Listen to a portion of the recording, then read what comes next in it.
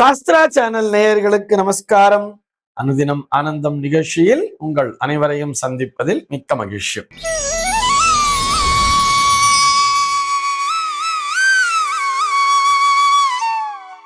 இன்று 23/4/2026 இந்த நாள் குறித்து பஞ்சாங்கம் என்ன சொல்றதுன்னு பார்க்கலாம் வாங்கோ.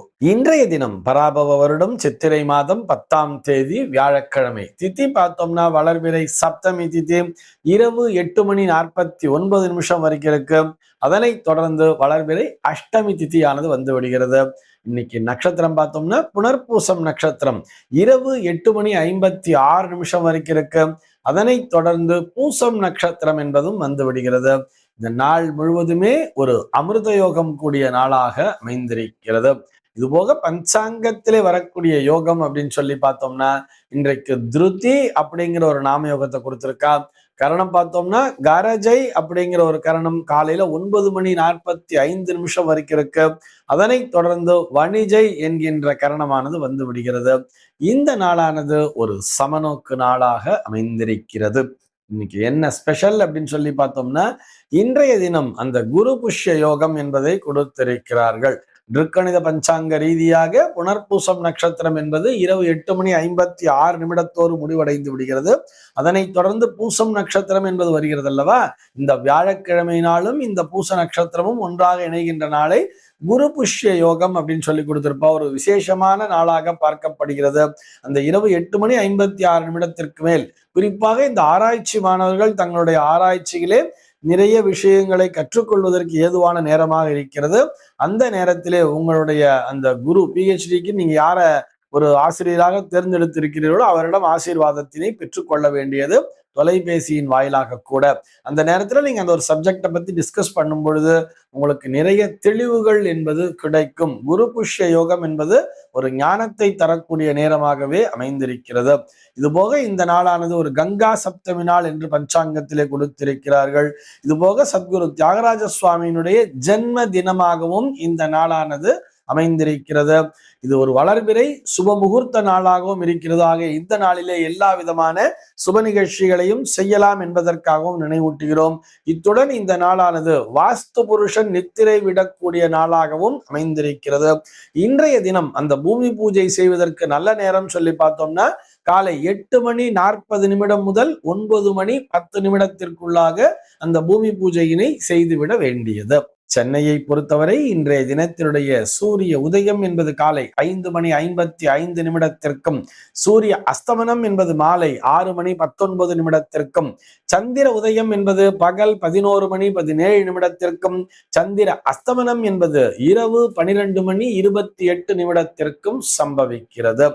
இன்றைய தினத்தினுடைய நல்ல நேரம் அப்படின்னு சொல்லி பார்த்தோம்னா காலை 9 முதல் 10 வரையிலும் மாலை 4 முதல் 5 வரையிலும் நல்ல நேரமே. சென்னையை பொறுத்தவரை இன்றைய தினத்தினுடைய ராகு காலம் மதியம் 1:40 முதல் 3:13 வரையிலும், யமகண்டம் என்பது காலை 5:55 முதல் 7:28 வரையிலும், குளிகை காலம் என்பது காலை 9:01 முதல் பகல் 10:34 வரையிலும் சம்பவிக்கிறது. தினாந்தம் பார்த்தோம்னா இன்றைய தினம் இரவு 1:34 கொடுத்திருக்கா. சூலம் பார்த்தோம்னா தெற்கே சூலம் மதியம் 2:11 வரையில் அந்த சூல தோஷம் என்பது உண்டு. அதற்குரிய பரிகாரமாக நல்லெண்ணெய் தானம் விடுத்து விட்டு தெற்கு திசையை நோக்கி பயணிக்கலாம் அப்படிங்கிறதையும் சொல்லி இருக்கா. இன்றைய தினத்தினுடைய ஆன்மீக தகவலாக நம்ம என்ன பார்க்க போறோம் சொல்லி பார்த்தோம்னா சுரேஷ் சுப்பிரமணியன் அப்படிங்கிற ஒரு நேயர் கேள்வி கேட்டிருந்தார். அவருடைய கேள்வி என்னன்னு சொல்லி பார்த்தோம்னா மக்கள் தீர்ப்பே மகேசன் தீர்ப்புன்னு சொல்றாளே அப்படின்னா என்ன அர்த்தம் என்பதுதான் அவருடைய கேள்வியாக அமைந்திருக்கிறது. இது போக அவர் இன்னொரு கேள்வி வேற கேட்டிருந்தார். தேவலோகத்திலும் தேர்தல் என்பது உண்டா அப்படிங்கிற மாதிரி அவர் கேட்டிருந்தார். இன்றைய தினம் தமிழகத்தை பொறுத்தவரை அந்த 234 தொகுதிகளிலுமே தேர்தல் என்பது நடக்கிறது. ஆக இந்த நாளிலே இந்த கேள்விக்கு விடை அளிப்பது என்பது பொருத்தமாக இருக்கும் என்பதால் தான் இன்றைய தினம் அந்த கேள்வியை தேர்ந்தெடுத்து வைத்திருக்கிறோம். சரி, முதல்ல மக்கள் தீர்ப்பே மகேசன் தீர்ப்புன்னா என்ன அர்த்தம்னா, இது நமக்கு ஓப்பனாவே புரிஞ்ச ஒரு விஷயம் தானே. மக்களால், பெரும்பான்மையான மக்களால் ஒரு தீர்ப்பு வழங்கப்படுகிறது என்று சொன்னால் அது ஆண்டவனினுடைய தீர்ப்பாகவே பார்க்கப்படுகிறது. இது முற்றிலும் சரியாக வருமா அப்படின்னு சொன்னா நிச்சயமாக சரியாகத்தான் வரும். இல்லையே, பெரும்பாலும் பார்த்தோம்னா அதர்மமான மனிதர்களை கூட மக்கள் தேர்ந்தெடுத்து விடுகிறார்களே அப்படிங்கிற ஒரு கொஸ்டின் நம்ம எல்லோருடைய மனதிலுமே இருந்திருக்கும். ஆனா நம்ம இதுக்கு நிறைய தத்துவார்த்தமான விளக்கங்களை எல்லாம் பார்க்க வேண்டியிருக்கும். நம்ம மேலோட்டமா ஒரு விளக்கத்தை பார்த்துக்கலாம். பார்க்கும்பொழுது எப்படின்னா, எல்லோருடைய மனதிலுமே அந்த பரமாத்மாவினுடைய ஒரு தாக்கம் என்பது இருக்கும் தானே. எல்லா மனுஷர்கிட்டயுமே ஜீவாத்மா, பரமாத்மா மற்றும் அந்தராத்மா இருக்கிறதுன்னு சொல்றோம். மக்களினுடைய மனதிலே அந்த இறைவனுடைய சக்தி, அகம் பிரம்மாஸ்மின்னு சொல்ற மாதிரி எல்லாருக்குள்ளேயுமே இறை சக்தி என்பது இருக்கும். ஆக இந்த பெரும்பான்மை மக்களால் ஒருவர் தேர்ந்தெடுக்கப்படுகிறார் என்று சொன்னால் அவர் ஆண்டவனினுடைய பிரதிநிதியாகவே பார்க்கப்படுகிறார். இது அந்த நாளிலும் அப்படித்தான். சரித்திர ரீதியாக பார்த்தாலும் ஒரு ஊர்ல ஒரு அரசன் இருக்கான்னு சொன்ன அந்த அரசன் ஆலயத்திற்கு வரும்பொழுது அவனுக்குரிய மரியாதைகளை எல்லாம் செய்வார்கள்னு சொன்னா எதனால் அப்படின்னு சொல்லி பார்த்தோம்னா, அந்த அரசனானவன் ஆண்டவனுடைய பிரதிநிதியாகவே பார்க்கப்படுகிறான். இது போக அதனாலதான் என்ன பண்ணுவான்னு பார்த்தோம்னா, இந்த பட்டத்து யானை கையிலேயே ஒரு மாலையை கொடுத்து, அந்த மாலையை கூட என்ன மாலைன்னு பார்த்தோம்னா, ஆலயத்திலே அபிஷேக ஆராதனைகள் எல்லாம் செய்து, அர்ச்சனைகளை செய்து, சங்கல்பம் எல்லாம் பண்ணி இறைவனுக்கு, அந்த இறைவனிடத்தில் இந்த மாலையை சமர்ப்பித்து அந்த மாலையை கொண்டு வந்துதான் அந்த பட்டத்து யானை கையில கொடுப்பா. அந்த யானையானது அப்படியே பார்த்துட்டே போகும். வாரிசு இல்லாத இடத்துல சொல்றேன், அங்க என்ன பண்ணா யாருடைய கழுத்திலேயாவது போட்டுடும்.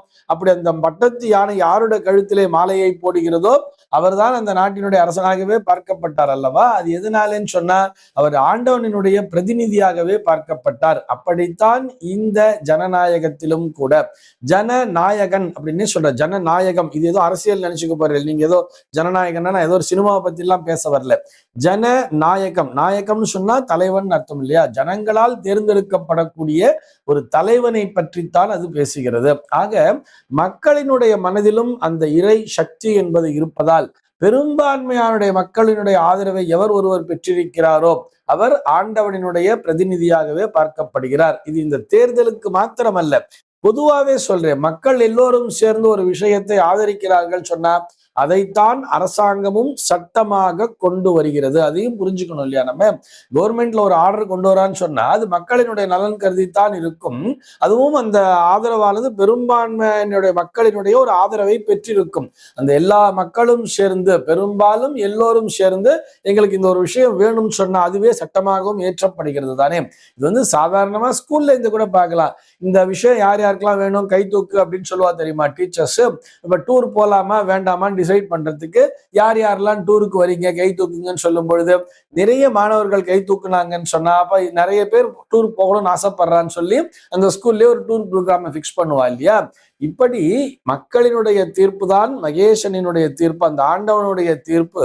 அது மக்களின் மூலமாக வெளிப்படுகிறது என்பதையும் நன்றாக புரிந்து கொள்ள வேண்டும். இது போக அந்த நேயர் இன்னொரு கேள்வி, தேவலோகத்திலும் தேர்தல் உண்டா அப்படிங்கிறத கேட்டிருக்கார். தேவலோகத்திலே நம்ம இந்த தேவலோகத்தினுடைய தலைவனாக யாரை பார்க்கிறோம், இந்திரன் அப்படிங்கிற பார்க்கிறோம் இல்லையா, தேவர்களுடைய தலைவன் சொல்லிட்டு. இந்த இந்திரன் என்பவர் ஒரு தனிப்பட்ட மனிதர் அல்ல, அதை நல்லா புரிஞ்சுக்கணும். இந்திரன் என்பது ஒரு பதவி, அது இந்திர பதவி. ஒவ்வொரு காலத்திலே ஒவ்வொருவர் இந்திர பதவியை வகித்திருக்கிறார்கள். இதை நன்றாக புரிந்து கொள்ள வேண்டும். யாரோ ஒருத்தன் தான் இந்திரன், அவன் ஒரு கேரக்டர் அப்படிங்கிற மாதிரி வச்சுண்டு இப்ப நம்ம பரமேஸ்வரன், அதே மாதிரி நம்ம மகாவிஷ்ணு, பிரம்மான்னு பாக்குறோம் இல்லையா. அந்த மாதிரி யாரோ ஒருவர் தான் அப்படியே இந்திரனாக தொடர்ந்து இருந்து கொண்டிருக்கிறார் என்பது கிடையாது. அந்த இந்திரன் என்பது அது ஒரு பதவிதான். அதற்கு எப்படி தேர்ந்தெடுக்கப்படுகிறார்கள் சொல்லி பார்த்தோம்னா, அங்கே தேர்தல் முறை அப்படிங்கிறது எப்படி வருதுன்னு பார்த்தோம்னா, அவர்கள் செய்த அந்த புண்ணியத்தின் பலனாக அந்த பதவியானது அவர்களுக்கு கிடைக்கிறதுங்கிறார். இங்க எப்படி நம்ம ஓட்டு வாக்குங்கிறத அளிக்கிறோமோ அந்த ஓட்டானது அங்க எப்படி பார்க்கப்படுகிறதுன்னு சொல்லி பார்த்தோம்னா, தேவலோகத்தை பொறுத்தவரை அவரவர்கள் செய்த புண்ணியங்கள், அந்த கர்ம பலன் அப்படின்னு சொல்றா இல்லையா, அந்த கர்ம பலன், அந்த வினை, அவரவர்கள் என்ன மாதிரியான கர்மாவினை செய்திருக்கிறார்கள். புண்ணிய கர்மாக்களை அதிகமாக செய்தவன், தான தர்மங்களை அதிகமாக செய்தவன், இந்த மாதிரி யார் அப்படிங்கிற மாதிரி பார்க்கும் பொழுது அவன் இந்திர பதவிக்கு தேர்ந்தெடுக்கப்படுகிறான்ங்கிற மாதிரி சொல்றார். இன்றைய தேதியிலே இந்த நாள் இந்த காலகட்டத்தில் இருக்கக்கூடிய இந்திரனுக்கு புரந்தரன் என்பதுதான் அவனுடைய இயற்பெயர் அப்படின்னு சொல்லிட்டு நம்முடைய புராணங்களானது நமக்கு சொல்கிறது. இந்த காலத்துல இப்ப இருக்கக்கூடிய இந்திரன் யாருன்னு சொல்லி பார்த்தோம்னா அவனுடைய இயற்பெயர் புரந்தரன் என்பதுதான் இன்றைய தேதியிலே இந்திர பதவியை வகித்துக் கொண்டிருக்கிறான் அப்படிங்கிற மாதிரிலாம் சொல்லி இருக்கா. சரி, இதெல்லாம் ஒரு புறம் இருக்கட்டும்.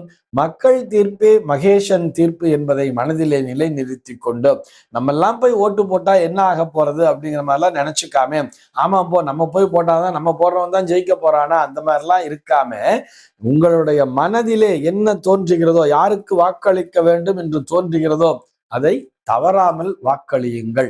நம்ம ஓட்டு போடுறதுக்கு போகாம இன்றைய தேதியில லீவா இருக்கு, இன்னைக்கு நம்ம வீட்டுல உட்காந்துட்டு டிவி பார்த்துட்டு என்ஜாய் பண்ணிக்கிட்டு இருக்கலாம், இல்ல ஏதாவது ஒரு ஊருக்கு போகலாம்ங்கிற மாதிரி எல்லாம் இந்த நேரத்தை வீணடிக்காமல், நான் ஏன் இதை மீண்டும் வலியுறுத்துகிறேன் என்று சொன்னால், இது ஆண்டவனுடைய சார்பாக நாம் போய் வாக்களிக்கிறோம்ங்கிற மாதிரி கூட வச்சுக்கலாம். இது இறைவனினுடைய தீர்ப்பு என்பதையும் மனதில் நிலைநிறுத்தி கொண்டு இப்படி நம்ம செய்யலைன்னு சொன்னா நான் ஏதோ பயமுறுத்துறேன்னு நினைச்சுக்க வேண்டாம், தெய்வ குற்றத்திற்கு ஆளாகி விடுவோம் அப்படிங்கிறதையும் நினைச்சுக்கலாம். ஏன்னா இது நம்முடைய கடமை. வாக்களிக்க வேண்டியது என்பது ஒவ்வொரு குடிமகனினுடைய கடமையாகவே இருக்கிறது.